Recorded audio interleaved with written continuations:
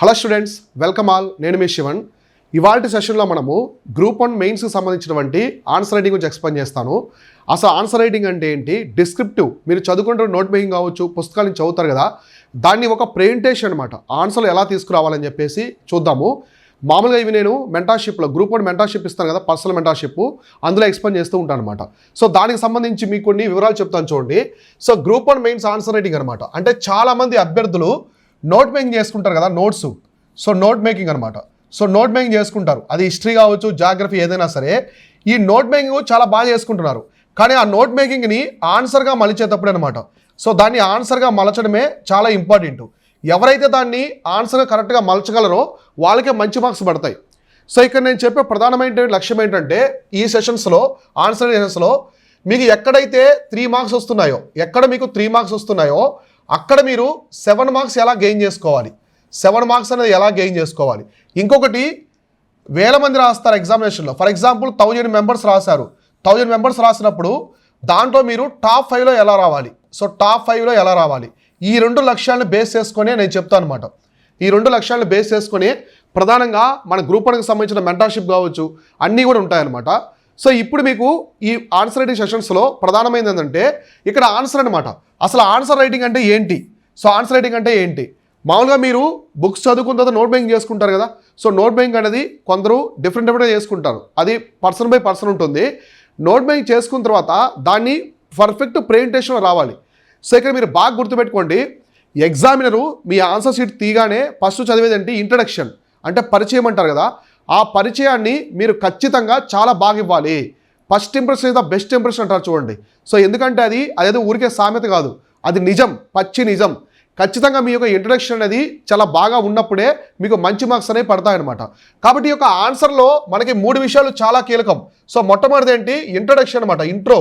So intro అంటాం కదా, దీన్ని తెలుగులో ఏమంటాం, పరిచయం అంటాం. దయచేసి ఎవరు కూడా సబ్మిట్కి పెట్టకూడదు. సో ఇంట్రో అని చెప్పేసి మీరు సబ్మిట్కి పెట్టకూడదు. మీరు ఆన్సర్ షీట్ రాస్తున్నారు, సో ఆన్సర్ షీట్ రాసేటప్పుడు మీరు ఇంట్రోని పెట్టొద్దు. సో మార్జిన్లో మీరు నెంబర్ వేశారు, సో 1లో ఏ రాస్తున్నారు, సో 1లో ఏ రాస్తున్నప్పుడు మీరు డైరెక్ట్గా రాసేయండి. ఇలా ఇంట్రడక్షన్ ఒక 4 లైన్లు రాసేసి తర్వాత మొదలు పెట్టాలి. కాబట్టి ఎవరు కూడా ఇంట్రడక్షన్ పరిచయం అని సబ్మిటింగ్స్ పెట్టకూడదు, మీరు డైరెక్ట్గా రాసేయాలన్నమాట. ఈ ఇంట్రడక్షన్ అనేది చాలా కీలకం. మీ యొక్క ఆన్సర్ అనేది మీరు రాసే ఆన్సర్ మెయిన్ బాడీలో కావచ్చు, కన్క్లూజన్ కావచ్చు. ఫస్ట్ ఎగ్జామ్ మీరు కన్క్లూజన్ చదవరు, ముగింపు చదవరు, మీ ఆన్సర్ కూడా చదవరు, బాడీ కూడా చదవరు. ఫస్ట్ చదివేది ఇంట్రడక్షన్ అనమాట, అంటే ఈ యొక్క పరిచయం. కాబట్టి పరిచయం అనేది చాలా వండర్ఫుల్గా ఉండాలి మీరు రాసేది. ఎప్పుడైనా గుర్తుపెట్టుకోండి, క్వశ్చన్కి ఇచ్చినప్పుడు పరిచయాన్ని మ్యాక్సిమం మీరు పాస్ట్ టెన్స్లో ఇవ్వడానికి ట్రై చేయండి. పాస్ట్ అంటే ఏంటి, జరిగిపోయిందనమాట. కాబట్టి పాస్ట్లో ఇవ్వడానికి ట్రై చేయండి. పాస్ట్ టెన్స్ అనమాట. ఏంటి పాస్ట్ టెన్స్ ఎలా ఇవ్వాలంటే ఫ్యాక్ట్స్ అనమాట. ఫ్యాక్ట్స్ ఇవ్వడానికి ట్రై చేయండి. అప్పుడు ఇంట్రడక్షన్ అనేది చాలా అందంగా ఉంటుంది. ఫర్ ఎగ్జాంపుల్ మీకు ఏమడిగారు, ఇండస్ వ్యాలీ సివిలైజేషన్ గురించి సాలియంట్ ఫీచర్స్ రాయమన్నారు. అంటే సింధు నాగరికత యొక్క లక్షణాల గురించి రాయమన్నారు అనుకోండి. దానికి ఇంట్రడక్షన్ ఎలా రాయాలి, సింధు నాగరికతకి సంబంధించినటువంటి టైం పీరియడ్ బేస్ చేసుకుంటే ఇంట్రడక్షన్ రాయండి. సింధు నాగరికత అనేది ప్రపంచంలో 3వ నాగరికత. Indus valley civilization was the 3rd civilization in the world after Mesopotamia and Egypt civilizations. అంటే ఇక్కడ మీరు కేవలం ఇండస్ వ్యాలీ సివిలైజేషన్కి సంబంధించే కాకుండా మెసోపొటేమియా అలానే ఈజిప్ట్ గురించి కూడా మెన్షన్ చేశారు. ఆ 2 తర్వాతే ఇది. ఇలా డైనమిక్గా ఉండాలి ఆన్సరు. ఈ కేవలం ఓన్లీ ఇది 3వ సివిలైజేషన్ రాయకూడదు, దాని ముందు 2 కూడా మీరు మెన్షన్ చేయాలి. అంటే మిగతా వాళ్ళకి ఇక టాపర్కి డిఫరెన్స్ అదే అనమాట.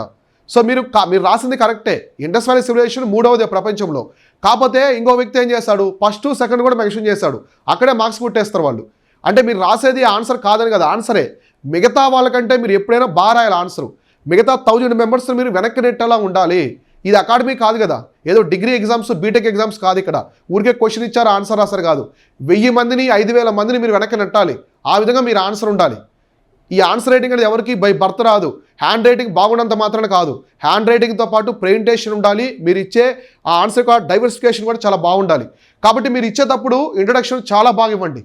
ఇంట్రడక్షన్ ఫ్యాక్ట్స్ ఇవ్వడానికి ట్రై చేయండి. ఇప్పుడు నక్సలిజం గురించి అడిగారు, సో నక్సలిజం గురించి రాయమన్నారు. Naxalism impact on Indian society అన్నారు క్వశ్చన్.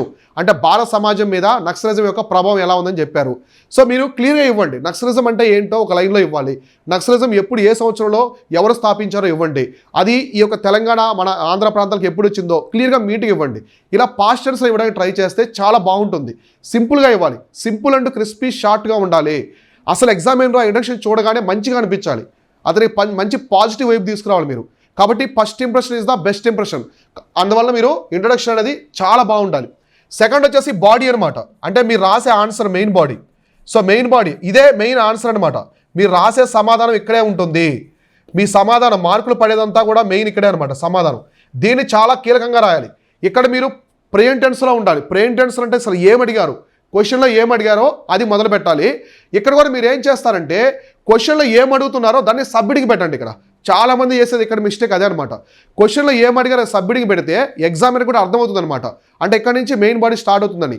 కాబట్టి ఇక్కడ మీరు మెయిన్ బాడీ ఆన్సర్ సబ్మిటింగ్స్ కూడా పెట్టకూడదు. అటువంటి సబ్మిటింగ్స్ ఎక్కడా పెట్టకూడదు.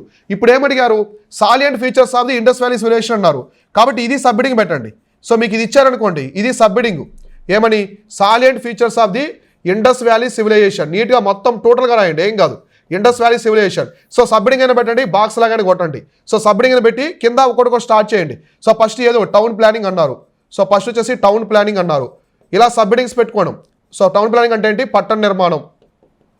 సో పట్టణ నిర్మాణం ఇలా పెట్టి సబ్మిటింగ్ పెట్టేసుకొని కింద లైన్స్ రాసేసుకోండి. సో ఇలా లైన్స్ రాసుకోండి. ఇలా ఉండాలి ఆన్సరు. అంటే నేనేం చెప్తున్నానంటే మీరు ఇంట్రడక్షన్ అనేది మ్యాక్సిమం 4 లైన్స్ వరకు రాయండి. సో 4 లైన్స్ అనేది ఇవ్వండి మినిమము. 4 లైన్స్ ఇచ్చిన తర్వాత మీరు బాడీలోకి వచ్చేటప్పుడు కొంచెం గ్యాప్ తీసుకోండి. స్పేస్ పేపర్స్ కాబట్టి కొంచెం గ్యాప్ తీసుకొని అప్పుడు సబ్మిటింగ్ పెట్టండి. క్వశ్చన్లు ఏం అడిగారో ఆ సబ్మిటింగ్ పెట్టండి. మీకు సిగ్నిఫికెన్స్ ఆఫ్ ది హిమాలయస్ అడిగారు, హిమాలయాల యొక్క ప్రాముఖ్యత గురించి చెప్పన్నప్పుడు సబ్మిటింగ్ పెట్టండి. ఖచ్చితంగా మీరు సబ్మిటింగ్ పెట్టండి. సబ్మిటింగ్ పెడితే చాలా మంచి మార్క్స్ పడతాయి. ఎగ్జామినర్ కూడా అర్థమవుతుంది ఇక్కడ నుంచి మెయిన్ బాడీ ఆన్సర్ అని చెప్పేసి. కాబట్టి సాలియంట్ ఫీచర్స్ అంటే సింధు నాగరికత యొక్క లక్షణాలను సబ్మిటింగ్ పెట్టండి, లేదా హిమాలయ యొక్క ప్రాముఖ్యతను సబ్మిటింగ్ పెట్టి తర్వాత మీరు మొదలు పెట్టండి. అంటే ఇప్పుడు మీరు బాడీ ఆన్సర్ రాసేటప్పుడు పెద్ద సబ్మిటింగ్ పెడతారు కదా, అది ఎక్కడి నుంచి స్టార్ట్ అవుతుంది అనమాట. దాని కింద సబ్మిటింగ్స్ పెట్టుకుంటూ డయాగ్రామ్స్ వేసుకుంటూ ఎలాగైనా మీరు మొదలు పెట్టండి. సో ఇలా అనమాట, ఈ విధంగా ఉండాలి. మరి చివరిగా మనకు ఉండేది ఆన్సర్ రైటింగ్లో కన్క్లూజన్. సో చివరిగా ఉండేది కన్క్లూజన్. దయచేసి ఇవి ఎవరు సబ్మిటింగ్స్ పెట్టకూడదు. కన్క్లూజను, ఆ పరిచయం ఇట్లా సబ్మిటింగ్ పెట్టకూడదు. ఎగ్జామినర్కి తెలియాలి మీరు రాసే ఆన్సర్లో ప్రెజెంటేషన్లో ఇది ఇంట్రడక్షను, ఇది ఆన్సరు మెయిన్ బాడీ, ఇది కన్క్లూజన్ అని ఎగ్జామినర్కి తెలియాలి ప్రాపర్గా. తెలిసినప్పుడే మీరు ఆయనకి అది తెలిసినప్పుడు అది తెలిసి పరచాలి మీరు. అదే మీ యొక్క టాలెంట్ ఇక్కడ. సో ఇదేం టాలెంట్ కాదు, బై బర్త్ కాదు. ప్రాక్టీస్ చేస్తే బాగా వస్తుంది ఎవరికైనా సరే. మీరు హైదరాబాద్ నుంచి ప్రిపేర్ అవుతున్నారా, విజయవాడ నుంచి ప్రిపేర్ అవుతున్నారా, మారుమూల గ్రామ ప్రాంతం నుంచి ప్రిపేర్ అవుతున్నారు కాదు ఇక్కడ అంశం. ఎక్కడి నుంచి ప్రిపేర్ అవుతున్న అంశం కాదు, మీరు ఎంతగా ఎఫర్ట్ ఇస్తున్నది ఇంపార్టెంట్ అనమాట. సో ముగింపు అనేది ఎలా ఉండాలి ఇక్కడ చూడండి. ఇక్కడ ఏం చెప్పాను నేను, పాస్ట్ టెన్స్లో ఇవ్వండి. ఇక్కడ ఆన్సర్ రైటింగ్ ఏమడిగారు అదే ఇవ్వండి. ముగింపు మాత్రం ఆల్వేస్ కూడా మ్యాక్సిమం పాజిటివ్ వైపులో ఇవ్వండి. పాజిటివ్గా ఉండాలి. అంటే అది తప్పు గురించి అడిగినా సరే పాజిటివ్. అంటే ఇప్పుడు మన భారతదేశంలో వ్యవసాయం ఎదుర్కొనే సమస్యల గురించి రాయమన్నారు. The challenges faced by Indian agriculture in India అడిగినప్పుడు మీరు కన్క్లూజన్లో ఆ ఇష్టప్రకారం రాయకూడదు. గవర్నమెంట్ ఎలాంటి స్కీమ్ తెచ్చింది, అది ఒక వరస్ట్ స్కీము, చెత్త స్కీము, అది పనికిరాదు అగ్రికల్చర్ రాయకూడదు. సో ప్రభుత్వం అనేది ఇలా తీసుకొచ్చిన స్కీమ్స్ అనేది ఇంకా ఇంతవరకు వెళ్ళలేదు, రీచ్ అవ్వలేదు. ఇలా చేస్తే ఇంకా బాగుంటుంది. ఇలా చేయడం వల్ల వ్యవసాయ అభివృద్ధి చెందడమే కాకుండా ఎకానమీ కూడా చాలా పటిష్టంగా ఉంటుంది. ఇలా పాజిటివ్ వైపులో ఉండాలి. మీ conclusion should be always in positive vibe అనమాట. అందుకే దీన్ని ఏమంటారంటే వే ఫార్వర్డ్ అంటారు. సో వే ఫార్వర్డ్ అనమాట అంటే ముందు చూపు చూపించడం. సో మీరు ముందు చూపు ఇవ్వాలి, ఒక ముందు చూపులా మీరు ఇవ్వాలన్నమాట. ఇక్కడ అది ఏదైనా సరే, టెర్రరిజం గురించి అడిగిన ఏదైనా కూడా మీరు టెర్రరిజాన్ని ఈ విధంగా అంతమొందించవచ్చు, ఇలాంటివి తీసుకొస్తే ఇంకా బాగుంటుంది, ఇలాంటివి వస్తే యూత్ అనేవాళ్ళు తీవ్రవాదులుగా మారకుండా ఉంటారు, ఇటువంటివి మీరు తెలియపరచాలి. కాబట్టి దీన్ని వే ఫార్వర్డ్ విజన్, ఒక విజన్తో వెళ్ళినట్టుగా ఉండాలన్నమాట. ఇలా ఉండాలి ఆన్సర్ అనేది. కాబట్టి మీరు ఖచ్చితంగా గుర్తుపెట్టుకోండి, 10 మార్క్స్ ఉంటుంది కదా ఈ జిఎస్ ఆన్సర్ అనేది. 10 మార్క్స్ ఉన్న జిఎస్ ఆన్సర్ అనేది ఫస్ట్ ఏంటి, ఇంట్రడక్షను, తర్వాత ఆన్సర్ రైటింగ్, ఆన్సర్ తర్వాత వచ్చేసి ముగింపు అనమాట. ఈ 3 భాగాలు ప్రతి క్వశ్చన్కి ఇవ్వాలి. మీరు అటెంప్ట్ చేసే అన్ని క్వశ్చన్స్ ఎన్ని ఉంటాయి, మొత్తం 15 ఉంటాయి గ్రూప్ 1లో. 15 క్వశ్చన్స్కి మీరు ఖచ్చితంగా కన్క్లూజను, ఆ యొక్క ఫస్ట్ ఇంట్రడక్షన్ పరిచయము, తర్వాత ఆన్సరు, తర్వాత ముగింపు కన్క్లూజన్ ఉండాలి.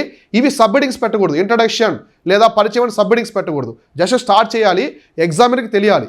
ఇది ఫస్ట్ ఒక ఓవర్వ్యూ అనమాట, ఆన్సర్లో ఉండే ఓవర్వ్యూ. ఇప్పుడు క్వశ్చన్స్ అనమాట. ఇప్పుడు మనం కొన్ని చూద్దాం. ఇక్కడ నేను మీకు చెప్పాను కదా, బాడీ స్టార్ట్ చేసేటప్పుడు ఖచ్చితంగా మీరు ఒక సబ్మిటింగ్ పెట్టాలి.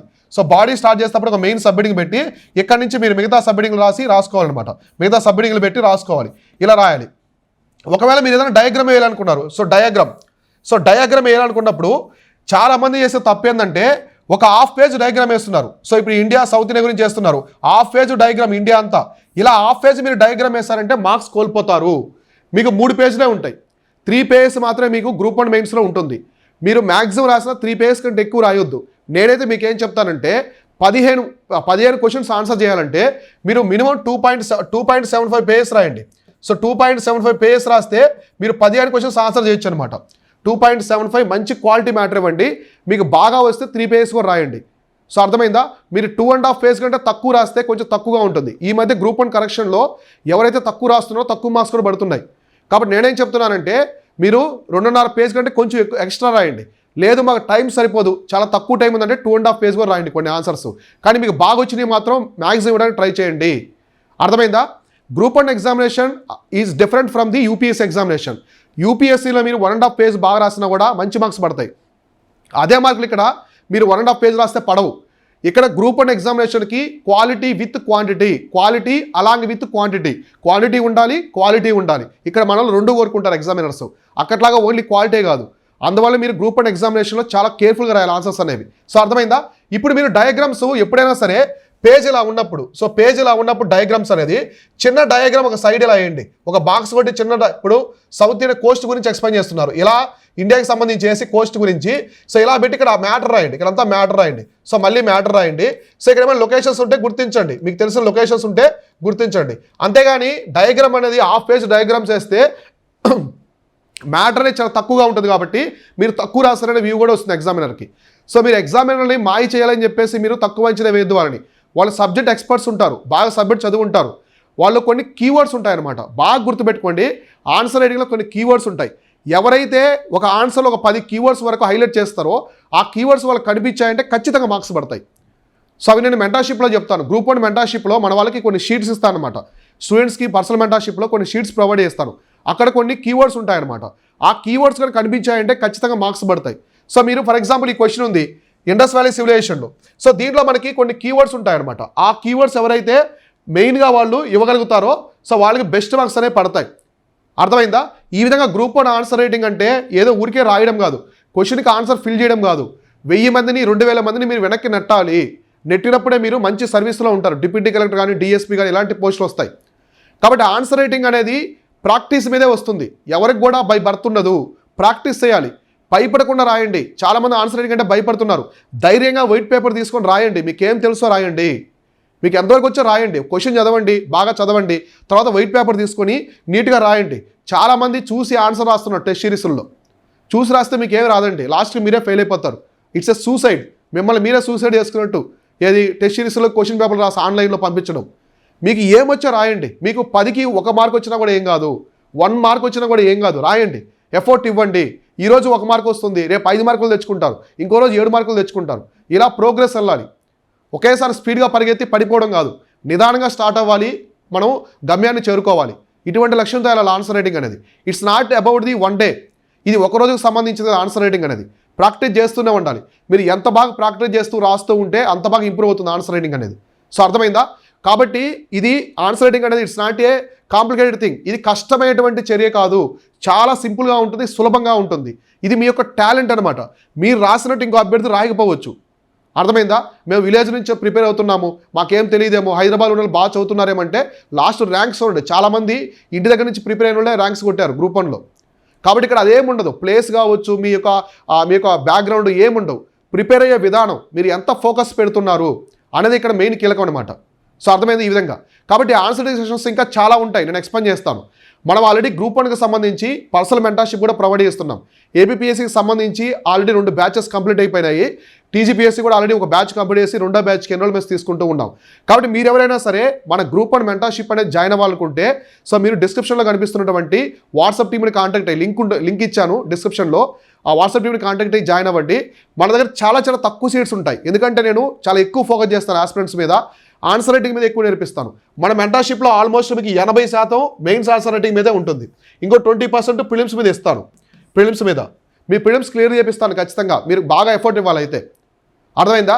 80% ఆన్సర్ రైటింగే చెప్తాను. ఒక్కసారి మన మెంటర్షిప్ అయితే ట్రై చేయండి. మీ ప్రిలిమ్స్ అయిపోయిన తర్వాత మీరు చాలా ముందుంటారు మిగతా వాళ్ళకంటే కూడా. ఆన్సర్ రైటింగ్ అనేది చిన్న చిన్న టిప్స్ ఉంటాయన్నమాట, అవి కరెక్ట్గా తెలుసుకుంటే మంచి ఆన్సర్ పడుతుంది. అర్థమైందా? కొందరు చూడండి చాలా బాగా చదివినప్పుడు కూడా ఎగ్జామినేషన్లో పెర్ఫార్మెన్స్ సరిగా ఇవ్వలేరు. కొందరు మాత్రం సింపుల్గా చదువుతారు, తక్కువ టైం చదివినా కూడా బెస్ట్ మార్క్స్ ఇస్తారు.